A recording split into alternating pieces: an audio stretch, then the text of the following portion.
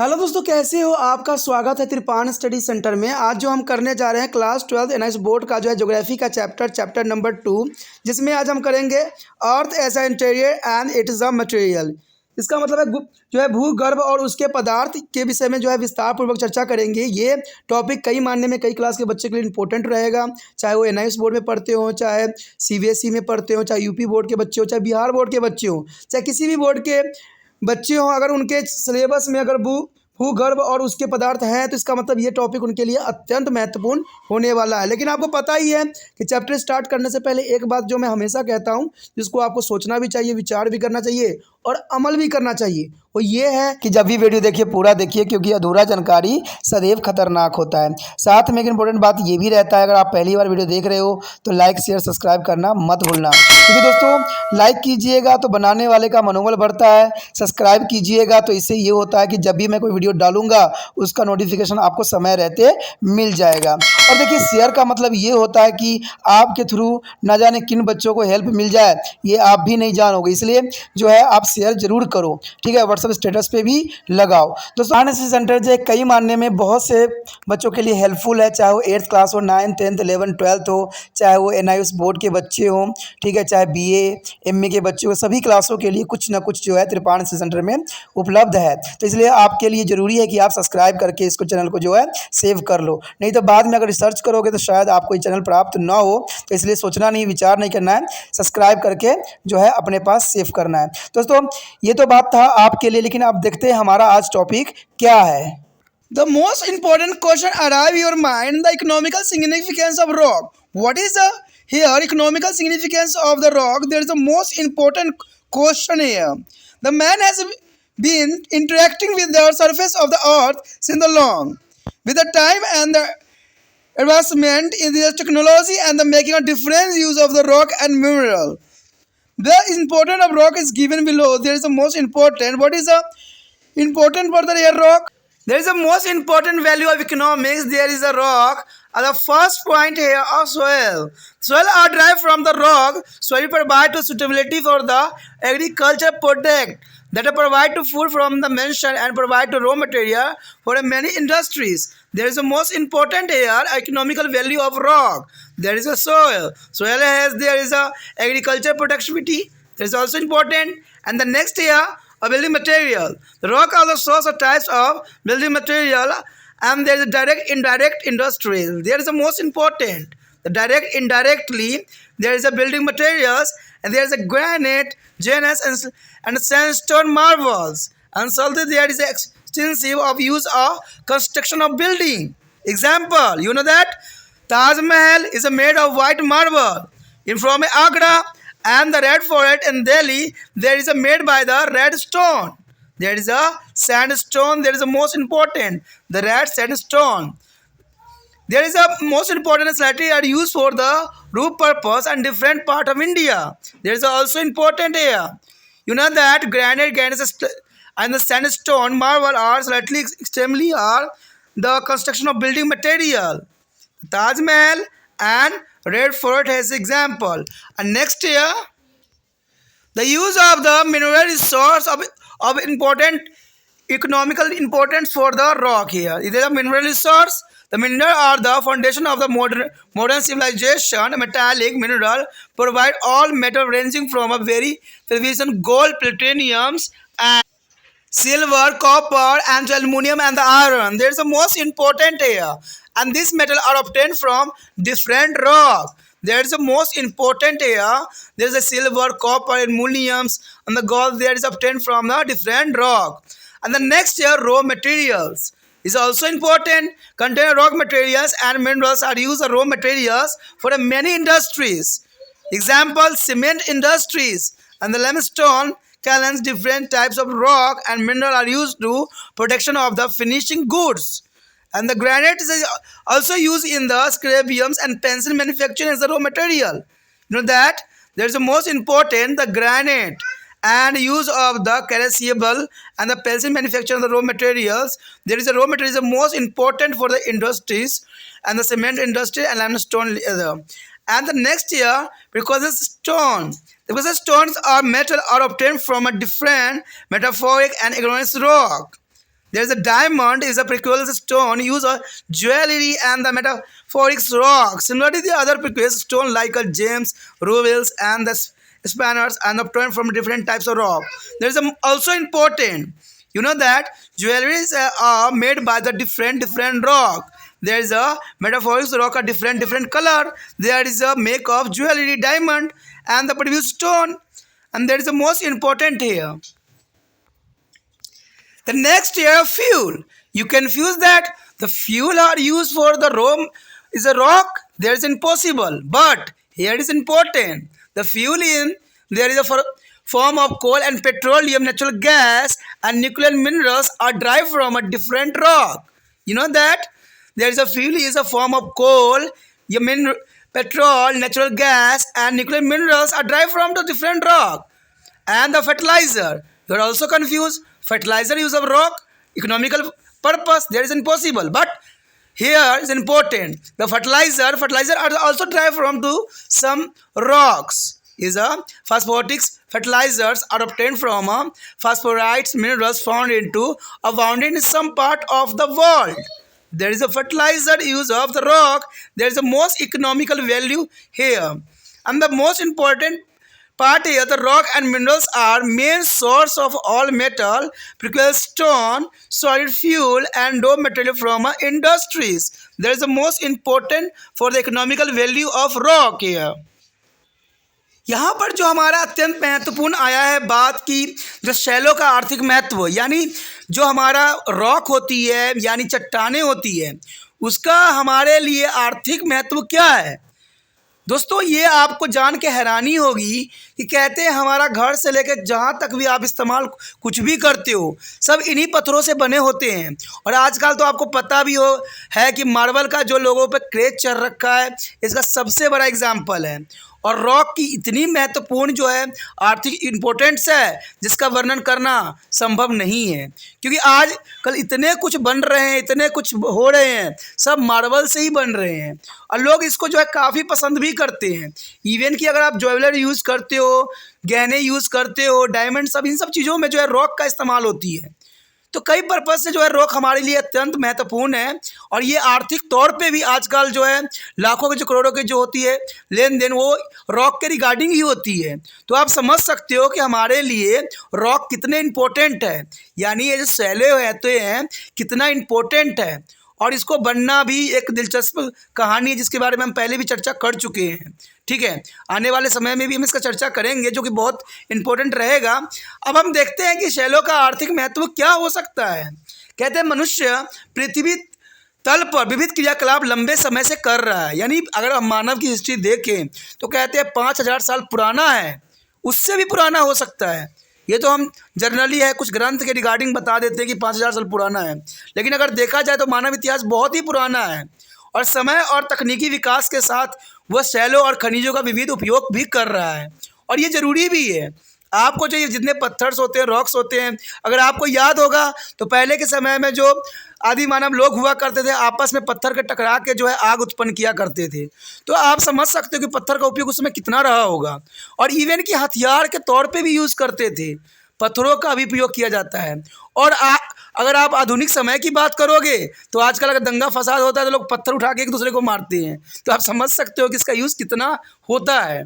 तो ये बहुत बड़ी बात यहाँ आती है कि समय और तकनीकी विकास के साथ वह शैलों और खनिजों का विविध उपयोग हो रहा है। वैज्ञानिक और तकनीकी ज्ञान जैसे जैसे बढ़ता गया है वैसे वैसे मनुष्य की जो है सुख सुविधाओं के लिए शैलों और खनिजों की उपयोगिता भी बढ़ती गई है। शैलों के महत्व के संबंध में संक्षिप्त जानकारी हमें कुछ यहाँ प्राप्त है जिसके बारे में आपको जानना अत्यंत महत्वपूर्ण रहेगा। तो चलिए देखते हैं हमारा इम्पोर्टेंट बात क्या है। सबसे पहले हम मृदा यानी मिट्टी। देखिए कहते हैं रॉक चट्टान, आपको अगर फॉर्मेशन ऑफ सोयल पढ़ा होगा तो आपको पता होगा कि कैसे होता है। इसके बारे में जो है हम अगले टॉपिक में चर्चा करेंगे, आगे करेंगे, जो कि रहेगा कि सोयल की फॉर्मेशन कैसे होती है। लेकिन थोड़ा सा बात मैं यहाँ बता ही दूंगा कि सोयल देखिए बड़े बड़े पत्थर होते हैं, और पत्थर जो होते हैं चटक चटक के जो टुकड़े होते हैं उससे जो है मिट्टियों का निर्माण होता है। तो सबसे पहले मृदा के रूप में अगर हम देखें तो पत्थरों का कितना उपयोग हो सकता है, तो कहते हैं मृदा शैलों से प्राप्त होती है, और मृदा से जो है मानव के लिए भोजन भी मिलता है, और इसके साथ ही विभिन्न कृषि उत्पादों में उद्योग धंधे के लिए कच्चा माल भी प्राप्त होता है। आप सोचिएगा कि मिट्टी से हमें क्या प्राप्त होता है, तो आपको पता होना चाहिए कि मिट्टी से ही सब कुछ हमें प्राप्त होती है। आप जो भोजन ग्रहण कर रहे हो करते हो वो सारे जो है मिट्टी में ही उपजती है, और ये मिट्टी जो होती है बड़े बड़े पत्थरों के टूटे हुए ही पार्ट होते हैं। तो आप समझ सकते हो इसमें कितने मिनरल्स जो होते हैं मौजूद होते हैं, जो आपको शायद पहले इसके बारे में जानकारी भी नहीं थी। तभी तो कहता हूँ अगर आप समझिएगा तो यहाँ पर बहुत कुछ आपको प्राप्त भी होगा। उसके पश्चात हमारे समक्ष जो है इम्पोर्टेंट में है भवन निर्माणकारी सामग्री। देखिए भवन निर्माणकारी सामग्री, अब सोचिएगा कि भवन निर्माणकारी सामग्री जिसके बारे में पहले मैंने बता दिया था कि बड़े शैलों से प्रत्यक्ष और अप्रत्यक्ष रूप से ये सारे के सारे जो होते हैं भवन निर्माण में प्रयोग किए जाते हैं। शैलों के सभी प्रकार के भवनों की सामग्री एकत्र भी होता है। ग्रेनाइट, नीस, बलुआ पत्थर, संगमरमर और स्लेट आदि का जो है मकान बनाने में भारी मात्रा में उपयोग किया जा रहा है।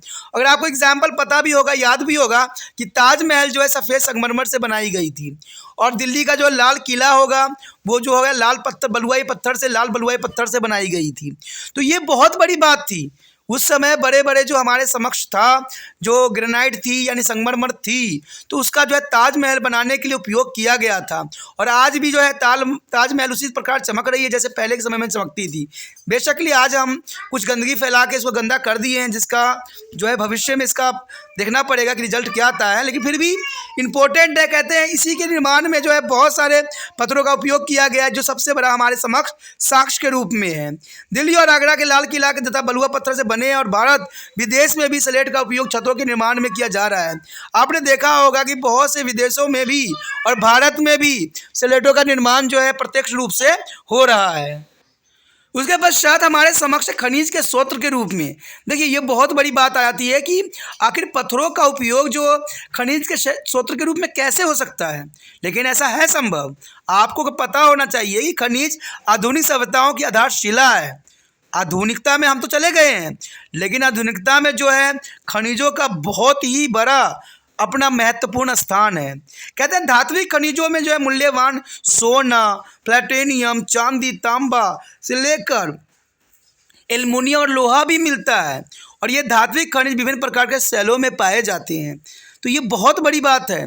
कहते हैं पत्थर में ही आपको जो है मूल्यवान सोना हो, प्लेटिनियम हो, चांदी हो, तांबा हो, इन सभी चीज़ों का जो है खनिज जितने भी होते हैं सबके सब शैलों में ही निर्माण होते हैं, और ये हमारे लिए जो है खजाना के रूप में होता है। तो शैलों का जो है पत्थरों का, स्टोनों का इतना अधिक उपयोग शायद आपने कभी पढ़ा भी नहीं होगा, समझा भी नहीं होगा।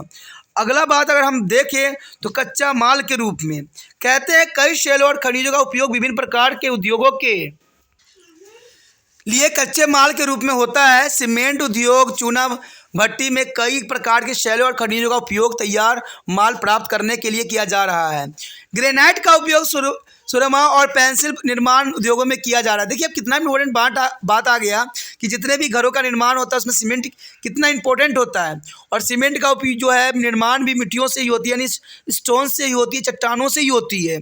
ठीक है, तो कितना इंपॉर्टेंट बात रहता है। अगर आप एक पेंसिल भी यूज़ कर रहे हो ना, तो वो भी जो होता है ग्रेफाइट होता है, और ग्रेफाइट जो होता है देखा स्टोन ही की तरह होता है। तो ये बहुत बड़ी इंपॉर्टेंट है कि ग्रेफाइट जो है पेंसिलों में जो उपयोग होती है, या सुरमा है, सभी का जो उपयोग है, इसका जो मेन उद्भव स्थान है वो पत्थर ही है, यानी रॉक ही है, शैलों से ही इसका निर्माण होती है। तो ये बहुत इंपॉर्टेंट बात आती है। अगर आगे हम बात करें मूल्यवान पत्थर, यानी विभिन्न प्रकार की जो है रूपांतरित अथवा अग्नेय शैलों से प्राप्त होते हैं।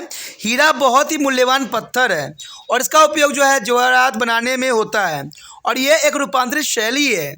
शैल एक रूपांतरित शैली के अंतर्गत आता है, और इसी प्रकार दूसरे मूल्यवान पत्थर जैसे पन्ना हो गया, नीलम हो गया, आदि भी विभिन्न प्रकार के शैलों से ही प्राप्त होती है। अब देखिए यहाँ पर जो है बहुत इंपॉर्टेंट बात है कि जिसको हम हीरा कहते हैं, जो बहुत ही मूल्यवान पत्थर के रूप में होता है।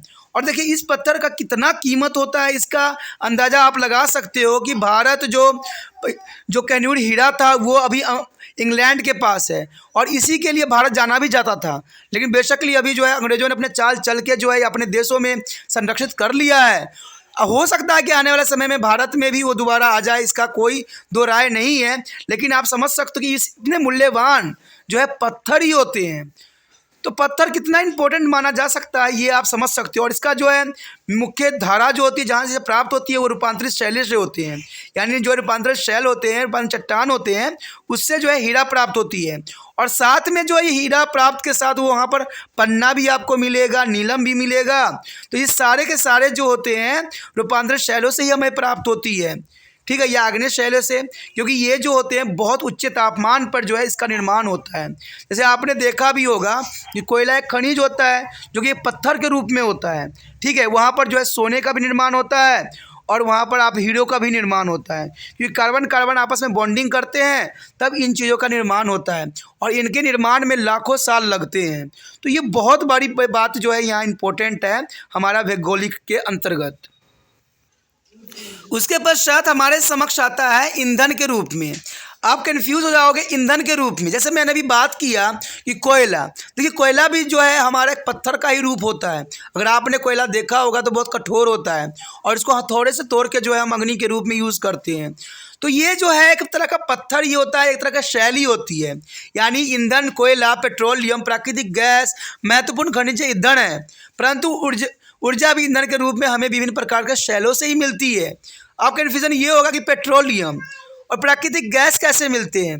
दोस्तों आपको पता होना चाहिए कि ये जो पत्थर होते हैं, पत्थर के नीचे जो है बहुत साल पहले जीव जंतु मर गए थे, सड़ गए थे, दब गए थे और इनका रूपांतरण जो होता था जो है पेट्रोलियम के रूप में हो गया धीरे धीरे, ठीक है। और इस तरह से जो है उन्हीं चट्टानों में जो है इनका रिसाव हुआ और ये अब जाके जो है हम, क्योंकि हम साइंस के ज़माने में रह रहे हैं, साइंस आज बहुत तरक्की कर गया है, तो साइंस जो है इन चीज़ों को खोज बहुत आसानी से कर लेता है। और इसका उपयोग तो आप जानते ही होंगे कि कोयला, पेट्रोलियम, प्राकृतिक गैस का इतना उपयोग हो गया है, कहते हैं इसके बिना तो हमारा जीवन संभव ही नहीं है। तो इतना इम्पोर्टेंट हमारे लिए रॉक हो सकता है, आपने कभी सोचा भी नहीं होगा, ठीक है। उसके बाद आता है उर्वरक। अब देखिए जैसे कि हमने पहला पॉइंट में यही बात किया था कि उर्वरक के रूप में, यानी मिट्टी में जो होते हैं पत्थरों से ही बने होते हैं मिट्टी, हमने विचार किया था, हमने चर्चा भी किया था। तो इसका उर्वरक में भी बहुत महत्वपूर्ण योगदान होता है। कैसे? देखिए उर्वरक भी शैलों से प्राप्त किए जाते हैं, ठीक है। फास्फेट उर्वरक फेरेनाइट नामक खनिज से मिलता है। देखिए फास्फेट बहुत यूज़फुल होता है पर प्लांट के लिए।